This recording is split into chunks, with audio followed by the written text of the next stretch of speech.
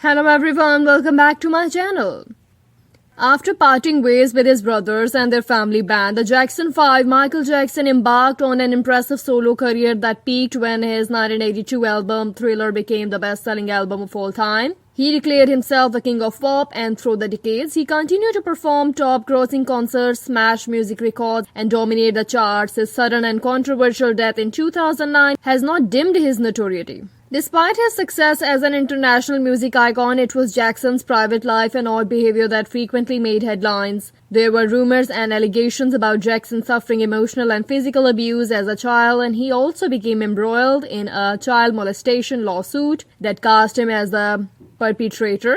The superstar's admitted shyness hindered his personal relationships and left others to seemingly tell his story for him. Though he became one of the most famous celebrities in the world with legions of adoring fans, his life was far from ideal. This is the tragic, real-life story of Michael Jackson. Michael Jackson's appearance drastically changed over the years. He suffered from vitiligo, a skin pigmentation disease that caused areas of the skin to be lighter than others, and was rumored to have gone under the knife multiple times. At one point, his nose appeared to be crumbling after one too many rhinoplasty procedures. Performer admitted to 2 nose jobs in his 1988 autobiography, Moonwalk via the Telegraph. But what many people did not realize was Jackson may have been undergoing procedures to change his looks after years of being bullied about his appearance. According to the Washington Post, a 9-year-old Jackson's father and brother taunted him by giving him the nickname Big Nose. Is it possible that he turned the cosmetic surgery to erase painful memories of being illegally tormented by his family? We would not doubt it. Prior to his death, Michael Jackson was vocal about his relationship with his father, Joseph Jackson, alleging his dad physically disciplined him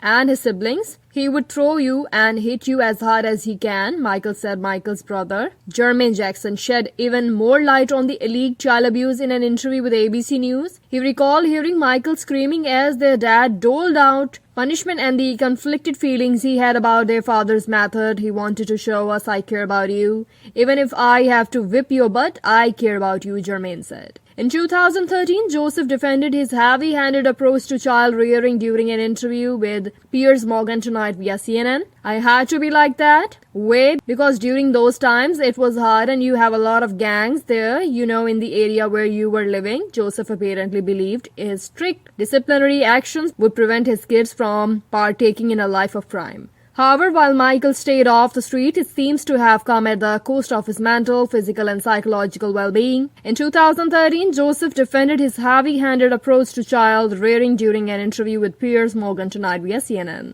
I had to be like that way because during those times it was hard and you may have a lot of gangs there, Michael Jackson missed out on his childhood due to work obligations. In an interview with Brabby Shamuli Botich, he described how desperately he wanted to play outside like a normal kid, but he was too busy recording music. I could see the park right across the street, he said. But I had to go in the other building and work until late at night making the albums. I sat there looking at the kids with tears running down my face, and I would say, I am trapped and I have to do this for the rest of my life. This same sentiment has been shared by other child stars. However, Jackson's inability to maintain a sense of normalcy during his childhood reportedly damaged him beyond belief. He told Botich that he felt so lonely at times with no friends and no one to talk to. He would sit in his room and cry. Aside from the alleged physical abuse, Jackson reportedly had to deal with emotional abuse while growing up. For example, in order to teach Jackson and his siblings a lesson about leaving the window open while they were asleep, Father Joseph Jackson climbed through an open bedroom window wearing a fright mask, reported the Daily Mail. This sounds like a waking nightmare, and yet it's also been reported that Joey remained emotionally distanced from his children, while some fathers dote on their kids, especially if they are essentially bankrolling their lifestyle. A family source told the New York Post that the Jackson child had a complex relationship with dad who illegally did not even allow them to call him dad. They were ordered to simply call him Joseph, the source said. In 1984, Michael Jackson was filming a Pepsi commercial when tragedy struck. While singing his hit song Billie Jean as cameras rolled, a pyrotechnic error caused a massive explosion, catapulting sparks of fire that engulfed Jackson's hair and body. According to the BBC, 3,000 fans who were on on set watched in horror as the